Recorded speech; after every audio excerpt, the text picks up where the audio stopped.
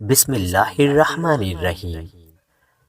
علامہ ابن جوزی اپنی معروف تالیف کتاب الزکیہ میں لکھتے ہیں کہ مجھے اطلاع پہنچی کہ ایک آدمی خراساں سے بغداد آیا۔ وہ حج کے لیے مکہ جا رہا تھا اور اس کے پاس تقریباً 1000 دینار کی قیمت کے مساوی موتیوں کا ایک ہار تھا۔ اس نے ہار فروخت کرنے کی بہت کوشش کی مگر کامیاب نہ ہو سکا۔ چنانچہ وہ ایک عطر فروش کے پاس پہنچا۔ اس کی شہرت اچھی تھی۔ اس کے پاس اپنا موتیوں کا ہار بطور امانت رکھ دیا اور حج کے لیے روانہ ہو گیا۔ حج سے واپس آیا تو اس نے عطر فروش کے لیے کافی تحفے تحائف خریدے اور اس کی خدمت میں پہنچ کر پیش کیے اور اپنے ہار کا تقاضا کیا۔ عطار کہنے لگا، تو کون ہے اور کہاں سے آیا ہے؟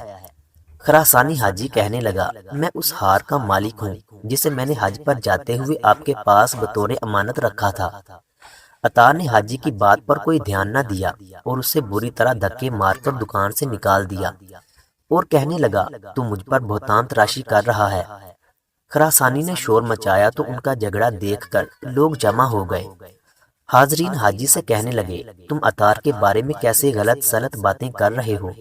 یہ تو علاقے کا نہایت اچھا اور مشہور آدمی ہے، یہ تمہارے ساتھ ایسا دھوکہ کیسے کر سکتا ہے؟ لوگوں کی زبانی عطار کے بارے میں یہ کلمات سن کر حاجی کو حیرت ہوئی۔ وہ اب بھی رہ رہ کر عطار سے اپنی امانت کا تقاضا کر رہا تھا مگر عطار اسے مسلسل گالیاں دیتا جا رہا تھا۔ پھر کچھ لوگوں نے حاجی کو مشورہ دیا کہ اگر تم اس جھگڑے کا حل چاہتے ہو تو عباسی خلیفہ عضدالدولہ کے دربار میں چلے جاؤ۔ وہاں پہنچ کر اپنا مقدمہ پیش کرو اور ان سے مدد طلب کرو۔ عین ممکن ہے تمہاری پریشانی کا کوئی حل نکل آئے۔ حاجی نے لوگوں کے مشورے کے مطابق اپنی پوری داستان ایک کاغذ پر لکھی اور اسے ایک لمبی لکڑی پر لٹکا کر عضدالدولہ کے دربار میں جا پہنچا۔ اسے دیکھتے ہی عضدالدولہ نے قریب بلوایا اور پوچھا، تمہارا کیا مسئلہ ہے؟ حاجی نے درخواست پیش کی اور زبانی طور پر بھی پوری داستان سنا دی۔ عضدالدولہ نے حاجی سے کہا، کوئی بات نہیں، تم عطار کی دکان کے پاس جا کر بیٹھ جانا۔ اگر وہ تمہیں اپنی دکان کے پاس بیٹھنے سے روکے تب بھی اس سے کوئی احتجاج یا جھگڑا کرنے کی ضرورت نہیں ہے۔ ایسی صورت میں سامنے کی کسی دکان کے پاس جا بیٹھنا، صبح سے مغرب تک چپ چاپ بیٹھے رہنا، اس سلسلے میں کسی سے کوئی بات کرنے کی ضرورت نہیں، اور 3 دن تک اسی طرح کرنا جس طرح میں تمہیں بتا رہا ہوں۔ چوتھے روز میرا وہاں سے گزر ہوگا تو میں تمہارے پاس چند لمحے کھڑا ہوں گا اور تمہیں سلام کروں گا۔ اس موقع پر تم اپنی جگہ سے کھڑے نہ ہونا اور نہ ہی میرے سلام کے جواب سے زیادہ کوئی بات کرنا۔ جب میں وہاں سے گزر جاؤں گا تو تم عطار کے پاس جانا اور اپنے ہار کا تقاضا کرنا۔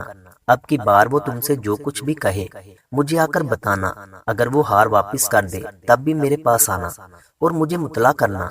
اگلے روز خراسان عطار کی دکان کے پاس جا کر بیٹھ گیا اور کسی سے کوئی بات نہ کی۔ خلیفہ کی ہدایت کے مطابق وہ متواتر 3 دن بیٹھا رہا۔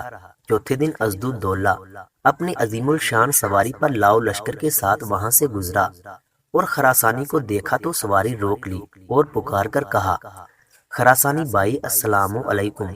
خراسانی بدستور بیٹھا رہا اور صرف وعلیکم السلام کہہ کر چپ ہو گیا۔ عضدالدولہ نے کہا، خراسانی بھائی آپ آخر ہمارے پاس کیوں نہیں آتے اور اپنی ضروریات کیوں نہیں بتاتے؟ عضدالدولہ نے انتہائی اصرار کے ساتھ اس سے اس کی ضروریات پوچھی مگر اس نے کوئی بات نہ کی۔ اس دوران عضدالدولہ کا پورا لشکر بھی وہاں کھڑا رہا۔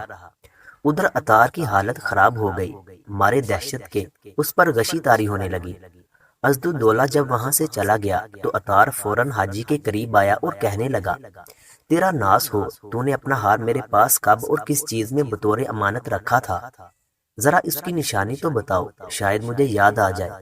حاجی نے اسے نشانیاں بتائیں کہ وہ تھیلی اس شکل کی تھی اور رنگ ایسا تھا۔ عطار دکان کے اندر گیا اور اس کا ہار لا کر دیتے ہوئے کہنے لگا، اگر تم مجھے نشانیاں نہ بتاتا تو شاید مجھے یہ ہار نہ ملتا۔ حاجی نے ہار لے لیا اور اپنے دل میں کہنے لگا، بھلا اب مجھے عضدالدولہ کے دربار میں حاضر ہونے کا کیا فائدہ؟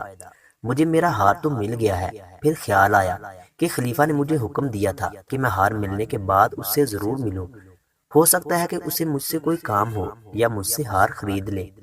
چنانچہ وہ ہار لے کر عضدالدولہ کے دربار میں حاضر ہوا۔ عضدالدولہ نے خراسانی کو دیکھا تو ایک سپاہی کو حکم دیا کہ اس عطار کو گرفتار کر کے فوراً دربار میں پیش کرو۔ تھوڑی دیر بعد عطار وہاں موجود تھا۔ خلیفہ نے حکم دیا کہ اس بدبخت نے خیانت کی ہے، اس کی سزا یہ ہے کہ اس کے گلے میں ہار ڈال دیا جائے، پھر اس دکان کے سامنے اسے پھانسی دی جائے تاکہ یہ عبرت کا نشان بن جائے۔ چنانچہ خراسانی سے ہار لے کر اسے عطار کی گردن میں ڈالا گیا اور پھر اسے سر بازار پھانسی دے دی گئی، اور پھر یہ اعلان کیا گیا امانت رکھ کر مکر جانے والے کی سزا یہی ہے۔ غروب آفتاب کے بعد دربار نے عطار کی گردن سے ہار نکال کر خراسانی حاجی کے حوالے کر دیا اور کہا کہ اب تم با اطمینان اپنے گھر جا سکتے ہو۔ اگر ویڈیو اچھی لگے تو اسے لائک کریں اور مزید اس طرح کی ویڈیوز دیکھنے کے لیے ہمارے یوٹیوب چینل علمی روم کو سبسکرائب کریں۔ ملتے ہیں اگلی ویڈیو میں، تب تک کے لیے اللہ حافظ۔